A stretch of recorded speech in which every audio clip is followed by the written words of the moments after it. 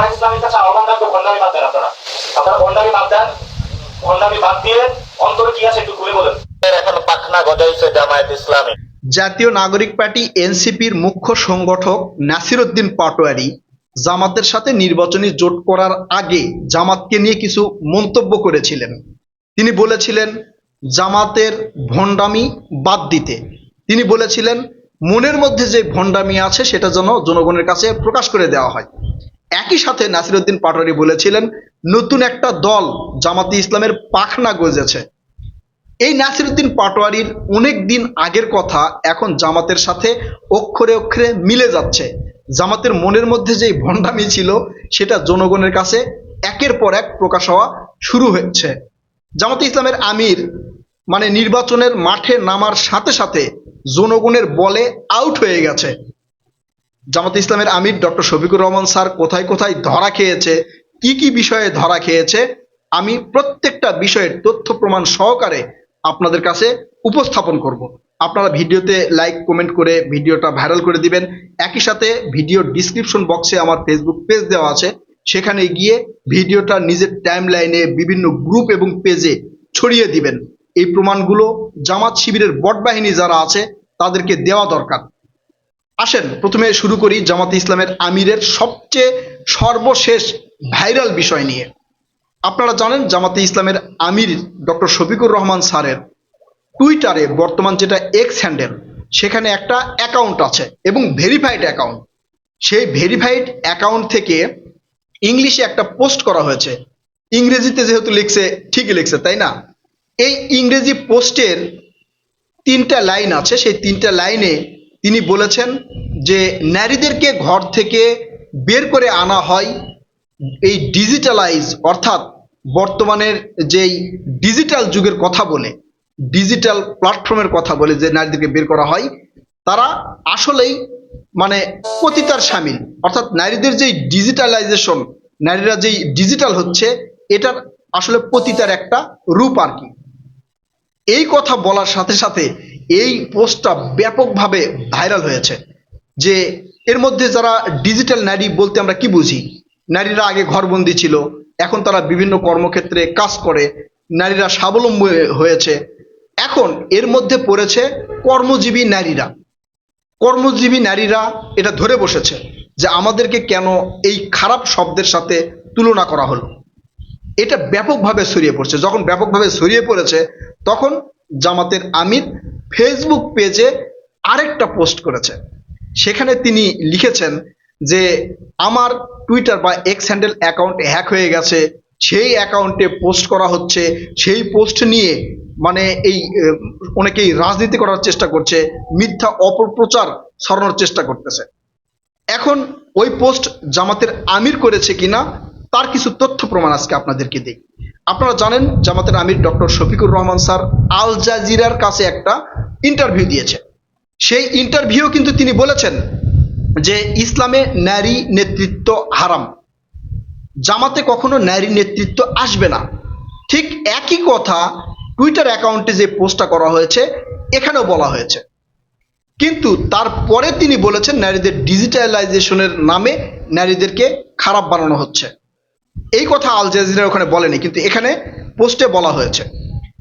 যদি আপনার Facebook page hack হয়ে যায় বা সোশ্যাল মিডিয়ার কোনো অ্যাকাউন্ট যদি হ্যাক হয়ে যায় তাহলে আপনার করণীয় কি?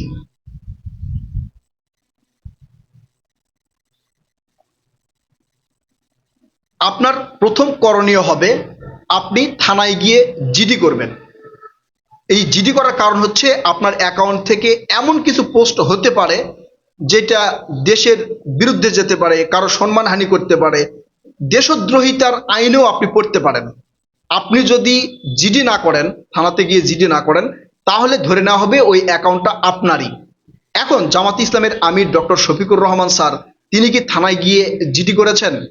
এখন পর্যন্ত কিন্তু আমি দেখি নাই যে থানায় গিয়ে জিডি করেছে, বা অতীতে হ্যাক হওয়ার সাথে সাথে তিনি বলেছেন যে আমার এই টুইটার বা এক্স হ্যান্ডেল অ্যাকাউন্টটা হ্যাক হয়েছে। অর্থাৎ যদি হ্যাক হয়েও থাকে এখন আমরা মনে করব যে এটা জামাতের আমির ডক্টর শফিকুর রহমান স্যার নিজে পোস্ট করেছে।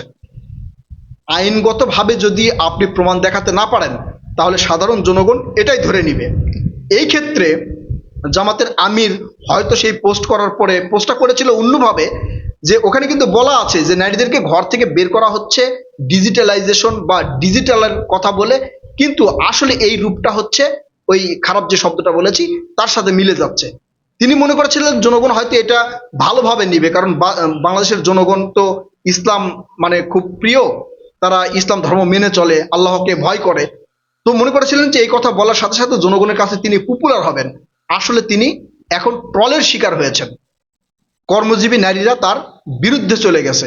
এই জন্য তিনি এখন বলতেছেন যে আমার এই অ্যাকাউন্টটা হ্যাক হয়েছে।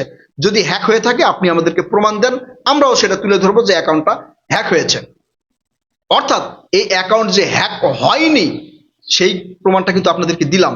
অ্যাকাউন্ট হ্যাক হলে অবশ্যই তিনি কি করতেন, থানাতে জিডি করতেন। শুধু এই জায়গায় নয়, তিনি আরো কিছু জায়গায় ধরা খেয়েছেন। তিনি আমাদেরকে গালি দিয়েছেন। কেন গালি দিয়েছেন? নির্বাচনী প্রচারণায় যাওয়ার পরে ডক্টর শফিকুর রহমান স্যার এক শহীদের মা নাকি এসে তাকে জড়িয়ে ধরেছে।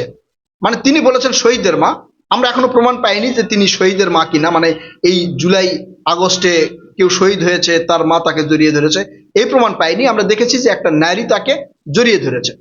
তখন আমি বলেছিলাম যে এটা ইসলামের হিজাব বরখিলাপ, কারণ পবিত্র কোরআনে মহান আল্লাহ তাআলা নারীদের আগে পুরুষের হিজাবের কথা বলেছে। তো একটা নারী যখন আপনাকে জড়িয়ে ধরবে সামনাসামনি ভাবে, কিভাবে জড়িয়ে ধরবে এটা হয়তো আপনাদেরকে আর ব্যাখ্যা করে বলতে হবে না।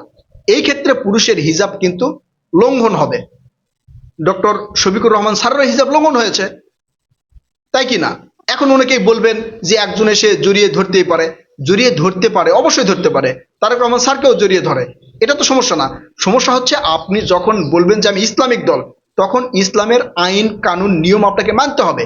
তো সেটা যদি আপনি না মানেন তাহলে তো আপনি ইসলামিক দল না, তাই না? তো আপনি বলেন যে আমি একটা রাজনৈতিক দল, আপনি নিজেকে যখন ইসলামিক দল বলবেন তখন আপনার ভুল ত্রুটিগুলো, ইসলামের আইন যেগুলো লঙ্ঘন হবে সেগুলো সাধারণ জনগণ ধরে ফেলবে। তো এই ক্ষেত্রে আপনার বলা উচিত আমি রাজনৈতিক দল, আপনি ইসলামিক দল বললে এইভাবে ধরা হবে, আপনি যতই গালি দেন।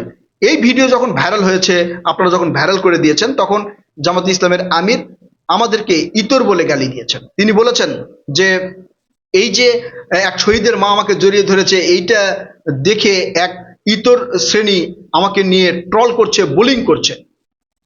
আমরা তো আপনাকে নিয়ে ট্রল করিনি বা বুলিং করিনি, আমরা আপনি যে ইসলামিক আইন প্রতিষ্ঠিত করার কথা বললেন সে আইন আপনি লঙ্ঘন করেছেন, আপনি ইসলামিক দল এটা মানে প্রমাণ করতে পারেন নাই, সেই জন্য আপনাকে বলা হয়েছে। আপনি রাজনৈতিক দল হলে আমরা এটা কখনোই করতাম না বা বলতামও না। এখন জামাত ইসলামের আমির আর কোন কোন জায়গায় ধরা খেয়েছে, আমি গতকাল একটা ভিডিও দিয়েছিলাম, ফেসবুকে ব্যাপক ভাইরাল হয়েছে, আপনারা ভাইরাল করেছেন, কিন্তু ইউটিউবে খুব একটা ভাইরাল হয়নি। একটা ভিডিও দেখেন, তিনি একটা নির্বাচনী প্রচারণায় গিয়েছেন, সেটা হচ্ছে ঢাকা কেরানীগঞ্জ সাক্তা ইউনিয়ন। সেই ইউনিয়নে তিনি বক্তব্য দিচ্ছিলেন, একই সাথে সেখানে এনসিপির আহ্বায়ক নাহিদ ইসলাম ছিলেন। এখানে 2000-এর বেশি লোক হয় নাই, 2000-এর বেশি লোক হয় নাই। বিশ্বাস করেন, আপনি আমার আগের ভিডিওতে দেখেন, পুরোপুরি ভিডিওতে পুরো একবারে জুম করে ডক্টর শফিকুর রহমান স্যার বসে আছেন এবং নাহিদ ইসলাম বসে আছেন, আমি জুম করে আপনাদেরকে দেখানোর চেষ্টা করেছি, সেটাতে দেখেন। অর্থাৎ এখন জামাতে ইসলামের আমিরের বা জামাতের সমাবেশে, এনসিপির সমাবেশে সাধারণ জনগণ আসতেছে না, জনগণ তাদেরকে আউট করে দিয়েছে। কারণ ইসলামের নাম নিয়ে যারা এই ভণ্ডামি করে তাদেরকে জনগণ ভালোবাসে না। একের পর এক আউট হচ্ছে জামাত ইসলামের আমির। কিন্তু এই ভিডিওগুলো বা এই সমাবেশগুলো ক্যামেরা এমন অ্যাঙ্গেলে ধরা হয়, তাতে মনে হয় সেখানে লক্ষ লক্ষ লোকজনের উপস্থিতি হয়েছে। তো জামাতের যে বট বাহিনীগুলো আছে তারা ক্যামেরা ওইভাবে ধরে সোশ্যাল মিডিয়ায় ছড়াই দিয়ে বলে যে লক্ষ লক্ষ লোক হয়েছে, কোটি কোটি লোক হয়েছে। আসলে জামাতে ইসলাম এখন বিভিন্ন জায়গা থেকে আউট হওয়া শুরু হয়েছে এবং এটা হওয়া উচিত, দেশের ভালোর জন্য, জনগণের ভালোর জন্য হওয়া উচিত। জামাতে ইসলাম যদি ক্ষমতায় আসে, আন্তর্জাতিক বিশ্ব বাংলাদেশকে জঙ্গি ট্র্যাক দিবে। জঙ্গি ট্র্যাক দেওয়ার সাথে সাথে আমরা বিশ্ব থেকে ছটকে পড়তে পারি এবং আমাদের প্রবাসী ভাই যারা আছে তাদেরকেও বাংলাদেশে ফেরত পাঠাতে পারে। এই জন্য এই দিক থেকে চিন্তা ভাবনা করে দেশের ভালোর জন্য, দেশের মঙ্গলের জন্য আপনাকে ভোট দিতে হবে। আপনি দেখে শুনে ভোট দিবেন, আপনার ভোট আপনি দিবেন, দেখে শুনে দিবেন। বিএনপির বিকল্প যদি কোনো দল থাকতো যারা এই যে ইসলামিক ট্র্যাক নিয়ে ঘোরে না, আমি তাদের পক্ষেই কথা বলতাম। এখন বিএনপির বিকল্প আমি আর কিছু দেখছি না। এইবার অন্তত বিএনপিকে ক্ষমতায় আনতে হবে এবং আনা উচিত বলে আমি মনে করি। প্রিয় দর্শক, আপনারা কি মনে করছেন? আপনারা আপনাদের মূল্যবান মতামত কমেন্ট করে জানাবেন। কথা হবে নতুন কোনো ভিডিওতে ইনশাল্লাহ। ততক্ষণ পর্যন্ত ভালো থাকবেন। আল্লাহ হাফেজ।